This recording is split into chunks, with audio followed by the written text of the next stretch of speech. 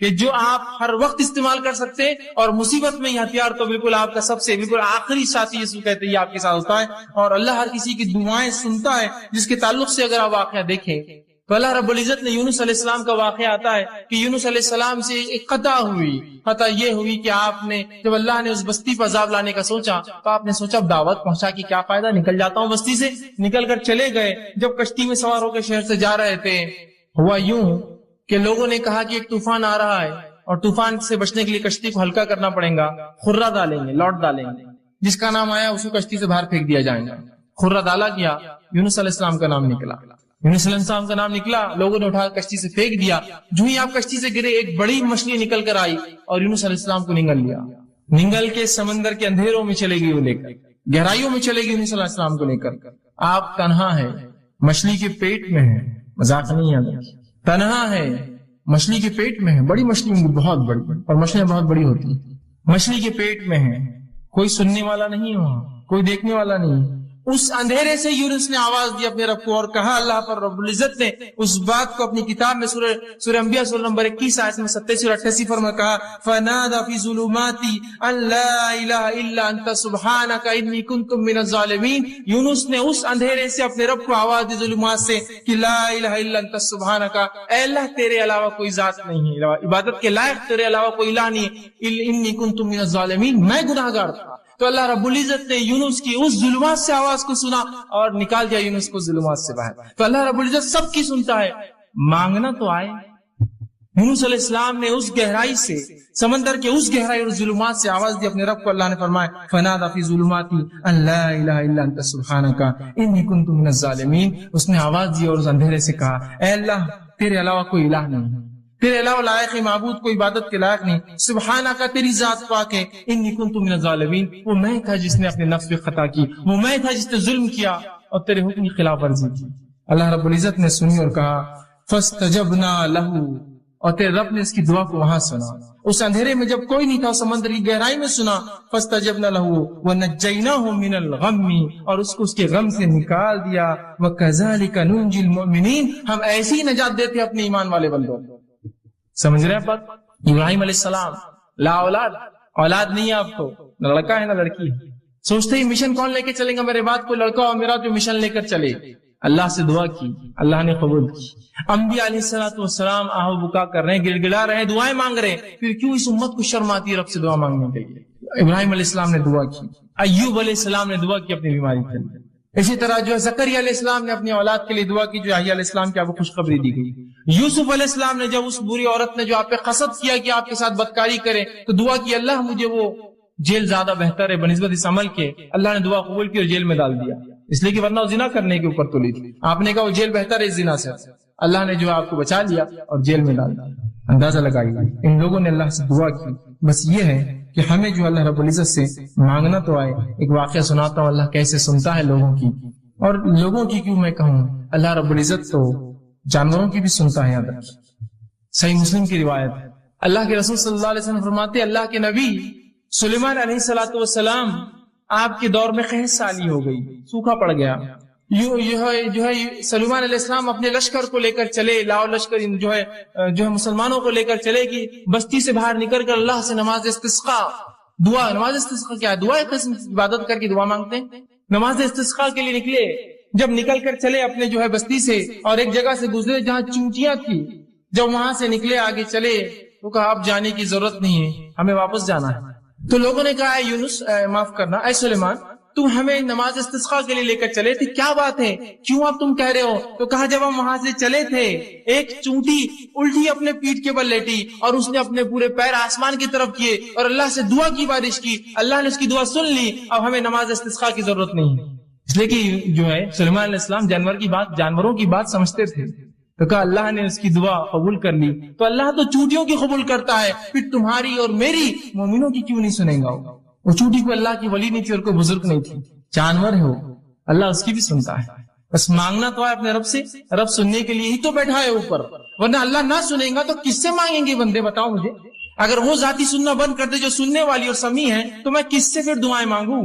اور جب لوگوں نے یہ سوچا کہ وہ ذات سنتی نہیں ہے تو پھر لگے انسانوں کے در پہ مانگنے کے لیے. آج جو سب سے افضل دعا افضل عبادت دعائیں ہیں، کہاں کہاں مسلمان مانگتے ہیں، کن کن دروں پر مانگ رہے اللہ کو چھوڑ کر، ذرا غور کیجیے۔ یہ غلط فہمی ہے، اس کی بنیاد ہے کہ اللہ سنتا نہیں، ہماری سنتا نہیں، گنہگاروں کی سنتا نہیں، وہ تو صرف بزرگوں کی ولیوں کی سنتا ہے، اور ایسے فالتو قسم کے عقیدے، اور ان عقیدے کو میں فالتو لفظ کہنا بھی بہت فالتو سمجھتا ہوں، فالتو بولنا چاہیے ایسے عقیدوں کو، جن عقیدوں کا نہ سر ہے نہ کوئی ٹانگ ہے شریعت کے اندر۔ جس شریعت نے آپ کو سب کو اختیار دیا دعائیں کرنے کا، پتہ نہیں کس نے شریعت سے اس کے دعاؤں کا اختیار چھین کے کہا یہ تو ریزرویشن ہے ہمارے لیے، ہم کر سکتے ہیں دعا تمہارے لیے، ہم سے مانگو تو ہم پھر تم کو دیتے ہیں۔ ابھی اللہ تک کہاں جاتے ہو، ہم تک تو آ جاؤ، پھر اللہ تک جانا دعائیں مانگنے۔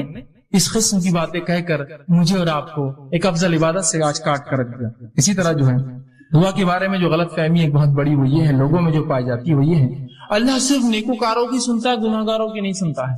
اللہ صرف نیک لوگوں کی، بزرگوں کی، پیروں کی، فقیروں کی سنتا ہے، اور وہ جو ہے سب کی نہیں سنتا، گناہگاروں کی نہیں سنتا۔ اور ہم تو گناہگار ہیں، آپ تو گناہگار ہیں، ہم تھوڑی دعا کر سکتے اللہ سے۔